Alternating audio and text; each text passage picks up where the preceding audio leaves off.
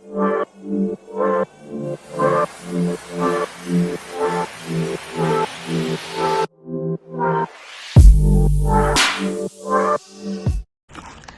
everyone, welcome back to my channel. If you guys don't know who I am, my name is Geraldine Silva, and I make videos all about Slip a Life, organization, and planner videos. So if that's your type of jam, go ahead and subscribe to this channel if you haven't already. Also click the notification bell so you do know when I do upload, and follow me on all my social media. I'm at Geraldine Silva.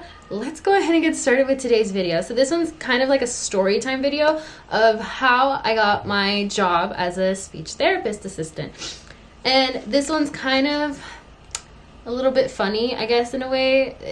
There was a lot of like things that led me to where I'm at today. But for those of you who don't know, a speech therapist is a therapist who works with people who have a language disability. So now that I got that under wraps, get on with the video. This is my experience of getting my job that I have today. So it all started once upon a time back in November when I first received my Slip a license. I finally got it in November, and as soon as I got it, I started my job search. I went on Indeed. I applied to many different companies, a lot of different companies, and the one that I want to talk about today is this specific company that I'm obviously not going to name any names, but not even that I remember what their name is, because it's clearly unimportant. I remember their names, but it was with the company. Let's say they're called, I don't know, Space Speech. I don't know. Yeah, let's go with just Space Speech, okay? I had applied for them online, and they were offering, I want to say, between $35 to $40 an hour. So for a slip-up, that's actually really, really good money. Like really, really good. Because sometimes when you go on Indeed and you search up like slip-up jobs, you'll see like $20, $22, $28, like very lowballed offers. And for $35 to $40, that's really good starting out. So I did the interview with this person, and for the sake of the video too, we're just gonna call her Nadine. So I did an interview with Nadine, and she was the owner of Space Speech, and I was talking to her on, obviously asking me like basic interview questions of like, why do you want to work here? What do you want to take from the company? Stupid questions like that. And honestly, every single interview that I ever did, I bullshitted every single question. Like, I did not give a fuck. When I was applying for jobs, I felt very cocky in the sense that I know I could just get any job that I wanted, because there was just so much demand for our for my field. I know there was so much demand, so I didn't really care about how I did in my interviews. And honestly, it helped me a lot not giving a fuck about what I was doing, because a lot of times when they tell you in interviews, they always say, oh yeah, when you go into interviews, you know, pretend that you don't care about the job, pretend that you're gonna get it or whatever, just have the confidence. And that, I feel like that's what helped me a lot, because I have really bad anxiety, and you could see it through the screen of how bad my anxiety gets. So I just didn't care. I was just answering questions from the top of my head. I never rehearsed anything, and not thinking about it, you know, it's like a really professional setting, so I probably should have prepared, but I never did. And honestly, I ended up getting the job anyways. And I think what helped a lot was because I was bilingual. And so she offered me a really, really good offer that honestly to this day I'm just like, wow. I wish I could get an offer like that again. But she offered me an offer, and I accepted it, and I was able to start literally the next day. So first red flag from this interview that I should have taken was that the way that she was rushing the interview, she just seemed so like sporadic and so like, oh, what about this, and what about that, and what about this, and what about that? Like, she just seemed so rushed, like she had somewhere to be. It's like, whoa, woman, slow down. And I should have taken that as like, oh, she's probably under really, really bad stress. For an interview, you know, you get to know the person, you talk to them, you get a feel for who they are. She didn't really seem to care about that. She just seemed to care about just getting someone onto her team, basically, because I'm guessing that they were really in demand. Offered me the job on the spot, and obviously I took it because I was like, oh my god. And I think that was like my first interview too. My first interview doing the slip of jobs. So that was my first interview, and I was like, oh my god, like crazy. I literally just got my license the day before, and I have a job now, and I get to start the next day. In my head, I'm thinking like, oh crap, like what did I just do? Because I've been unemployed for like the past 2 years, and I'm like, oh my god, like I'm already gonna start back into work, and it's not something that I'm like, it's not It's not something that I'm, what's it called?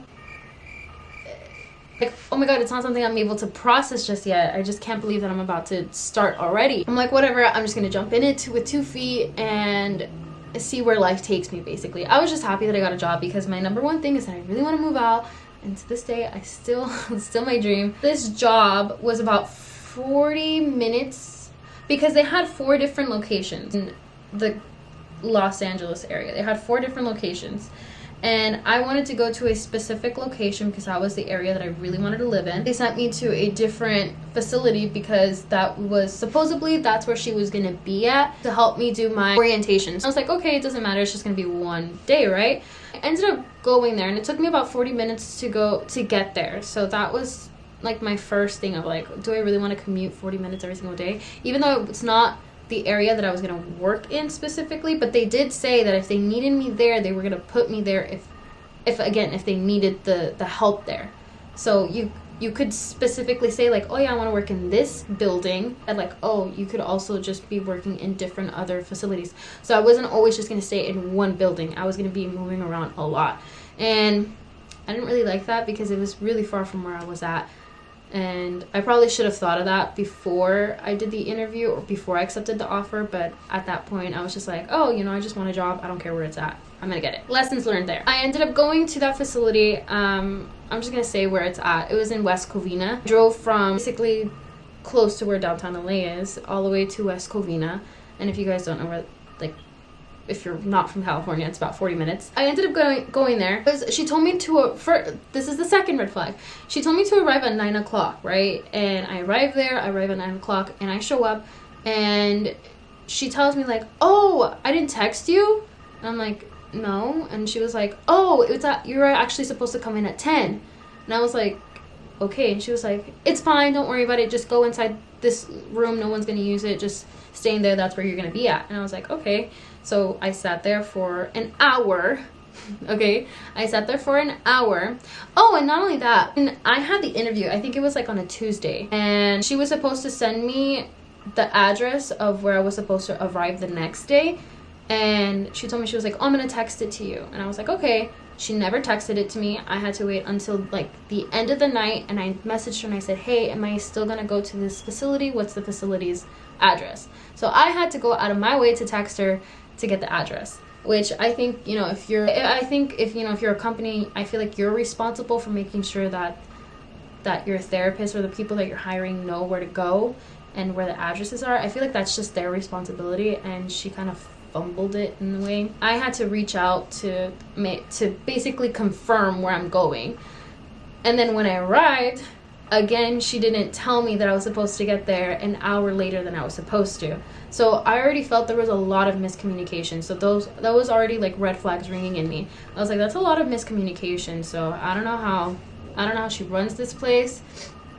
But she just seemed so stressful. Like she was just taking on way too much. So anyway, so she puts me in the room. I wait there for an hour, and then she finally comes in, and she was like, oh, did you bring your laptop? And I'm like, no. And she's like, oh, it's okay, we'll just give you one. I'm like, you never told me that in the interview too, to bring my laptop that specific day. She told me like, oh yeah, you could use your laptop for therapy, your personal one, or we could give you one.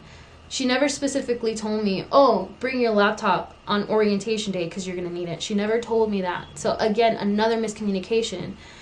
And it kind of made me look bad when in reality it was on her type of thing. So she gives me the company laptop, and she just told me she was leaving, that she was going to email me everything that I needed to do for orientation, and to email her back telling her when I finished. So she left me alone the entire day in this small little room. And mind you, all she did was just show me where the bathroom was and where the break room was, and that was it. And I only met one person in that whole building. I only met one person. There was more other people there, but I guess they were all doing their therapy in their rooms.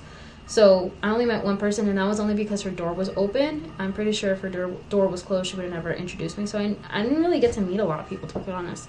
And it felt very lonely there. There wasn't even a person in the front desk. Supposedly she was out or whatever. So I didn't have anyone to like go and ask questions to at all. that was another red flag, because I'm like, I'm new, I don't know what I'm doing. Like, what if there was like something going on and I would just, that probably sounds like a dream to some people, but for me it's like, especially in the beginning, I need a lot of help, I need a lot of support, and I would like to have somebody designated to go and ask questions to. So anyways, she told me, she was like, I'm gonna email you everything you need to do for the day. And she gave me a list of all the things. It was just like a bunch of videos, like that I needed to watch, sign some papers. And another red flag too that I noticed when I was signing my papers, that I never received my offer letter in the orientation. I never received an offer letter. I never signed an offer letter. She never presented one to me. She never emailed me one. So I'm like, okay, how do I know that I am getting paid what I'm supposed to be getting paid, right? I don't know. I haven't signed an offer letter. I'm signing everything else, like my W-2s, contact list or whatever, but I kept going through all of them and being like, where is my offer letter where it shows how much I'm supposed to be making? Never received any of that. So that was another red flag. And I did all of these stupid freaking videos about like how to work the scheduling system, assessment videos. I had to watch that. I spent an hour watching them. What a waste of time. Told me like, oh, you're gonna take your break she also gave me my schedule.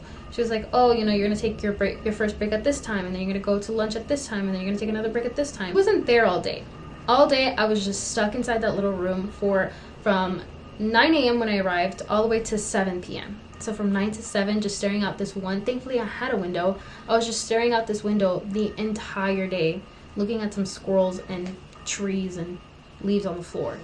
All day long. So boring. My day went by so boring, and I tried watching those stupid videos about the scheduling stuff. I couldn't understand any of it. Mind you, they're like 40 minutes long, and I'm like, I cannot get into this. This is so boring. I can't, like, to think that I was going to be in charge of that, of my own scheduling, is what I assumed was going to happen. I knew with that company that if I messed up, that there was going to be lots of consequences, like really big consequences. That was another red flag, is that she told me that she told me to go to that specific facility because she said she was going to be there. But she didn't tell me she was just going to be there for 20 minutes in the morning and then just leave. It's like, where are you going, woman? I'm a new therapist. At least introduce me to somebody. At least designate me to somebody to be like, hey, if you have any questions or any concerns or anything, go talk to this person. Nothing. No one was there. I was just there all by myself all day long, not being able to talk to anybody. Go to lunch, I come back, I basically finished like around 6 o'clock, and I'm just like, oh, thank God I'm done. And then I emailed her and I told her like, hey, I'm done, what is it you want me to do now? And she's like, oh, you're finished? Okay, cool. You're gonna sign on to shadow somebody now. And I'm just like, can't you just let me go for the day? Like, I just want to go home. Like, I've been here all day and I'm so bored and I'm so hungry too. Starving, okay? He tells me that I'm gonna shadow somebody over video. So I sign on, I'm shadowing this person, and by shadowing means that I'm just watching her do therapy basically. Off the camera, because she's telling me, she was like, oh, you know, you can have your camera on or you can have your camera off, it's up to you. I turned off my camera and I just like played on my phone, so I was like, I just want to go home at this point. It was finished, and then she was like, oh, do you have any questions? I'm like, no, and then we logged off and I went home. Now the drive home was brutal, okay, because that took me a whole hour just to get home. So I got off at 7 and I got home around like 8 something, and I was starving. I was so hangry. Home, and I thought to myself, this is what my life is going to be like every single day, because she told me that my schedule is always going to be from 9 to 7 p.m. every single day. And I'm like, I'm going to be getting home at 8 o'clock every day. What life am I going to have? I'm just going to get home, make dinner, eat, and then go to sleep, and then repeat the same thing the next day. To myself, I'm like, there was a lot of miscommunication. She just left me all day by myself, and she never really checked up on me and being like, hey, how's it going? Nothing. Never. Just through email every single time, not even a phone call, did she like try to check up on me. I was mostly just asking her specific questions. So it just seemed like there wasn't a lot of support system. It didn't seem like she didn't really care. I felt like I was just a name on a roster type of thing. And I don't want to be a part of a company like that. And, you know, to everyone to their own preference. And not only that, but it's like, I don't want to be coming home every single day at 8 o'clock. Spoke to lots of people that day about like, you know what, I don't think this is the right fit for me. I think I'm just going to say like, oh, you know, I'm sorry, but I'm not going to return. And then that morning I woke up and I dropped off my son to school, and I was like, you know what, I'm not going to go. This isn't for me. So I texted her.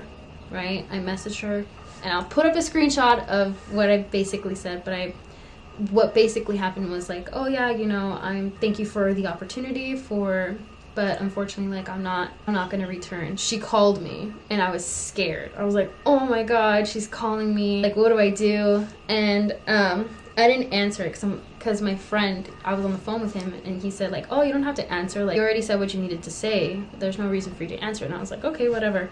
And then she wrote, please call me back, Nadine, and I'll block off the name or whatever. I was like, oh crap, she's telling me to call her back. And she was like, all right, fine, call her back. And I was like, okay. And so I called her back and then she was like, okay, are you resigning? And I'm like, yeah, I'm resigning. And she's like, okay, well, you need to say that in an email. You need to email me that because it's unprofessional for you to say it in a text message.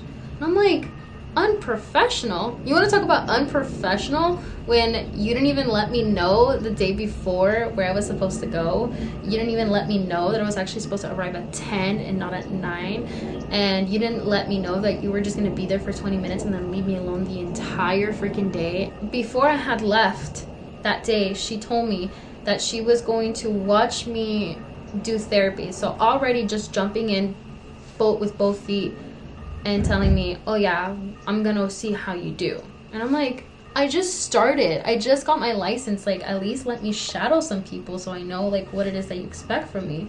Like, I don't know what to do. And she was already giving me like my schedule of the people that I was gonna be working with, and I'm like, what is going on? But I'm at now, I'm able to like compare black and white of like, wow, this company was really bad and I'm so glad I like ran, because it was bad. I don't know how she does it.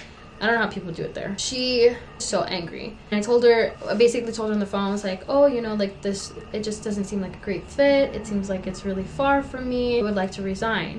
She told me like, oh, you know, you need to email because this is unprofessional. You're not supposed to text it to me. And I'm like, whatever, right? So I sent her the email. I emailed her telling her that I wanted to resign or whatever. Talking about unprofessionalism, she Googled she Google mapped it, or Apple Maps, she mapped it where I lived, like the city I'm in, plus the city I was supposed to be in that day.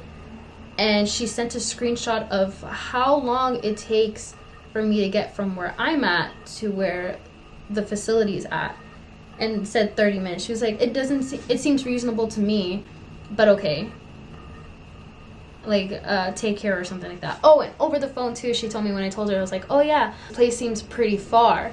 She's like, oh, I didn't think it was a big deal because I've seen people drive farther. And I'm like, well, I'm not many people and I don't want to drive far. Some people maybe like the commute. I like a commute, but to an extent, not 40 minutes and not getting home at 8 o'clock every single day. Okay, I like my free time. I like my day. I like to be able to come home and relax and have time with my child. That was another thing too, that was like, this is not the job for me. And that was that experience. And I was just like, oh, like, good thing I didn't work with her, because Jesus Lord, she was just salty over me resigning because I told her it wasn't a good fit. And it's like, mind you, I wasn't already like 2 weeks in, mind you, I wasn't like already like months in, and then I'm like backing out. I was literally just there for a day, and it was just for orientation. Somebody that I'm at 10 million times better. I wasn't looking for jobs for a little while. I was gonna just take a break. I was like, oh, if something pops up, and I really wanted a school job. And I had an interview with this company, and I didn't really care about it, to be quite honest. I was just gonna be like, oh, I kept just dismissing the emails. I was like, oh, I don't really want to do it. And I was like, you know what? I don't have anything better to do. I'm just gonna do the interview and see what happens. Do the interview. The woman, oh my gosh, the lady that I did an interview with was just the sweetest person I could have ever met my entire life. She was just so interested in who I was as a person.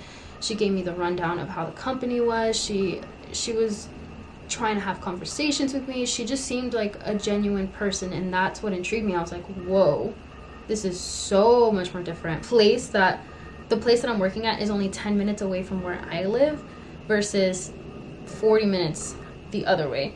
The way that I was like looking at it, right now I'm getting paid a lot less than what I was getting paid at the other job, but if I really look at it, the only difference was about like $5, and right now gas is $5. In reality, I probably would have been making the same amount that I'm making here as over there, because I would have to commute a lot. And right here, I don't have to commute at all. And I get to come out. I'm doing teletherapy right now, so I get to be at home. I'm home right now in my own little like room. It was just, everything about it was just so perfect. The company that I'm at too, they have their whole health insurance that they pay for, that it's free for the employees. And my own, like I said, I get my own little room that I get to decorate however I want to. I get a free iPad, materials. I have so much support, so much more support in this company than I did in the other one. All you do is just show up, do the therapy, submit your notes, and that's it. That's all your job. You don't have to worry about anything compared to the other job where I had to take care of everything that was scheduling. So I ended up going with this company. So I guess my job experience was just kind of like how life is. It's like it just hits you whenever it hits you. You just never know what opportunity is going to be yours.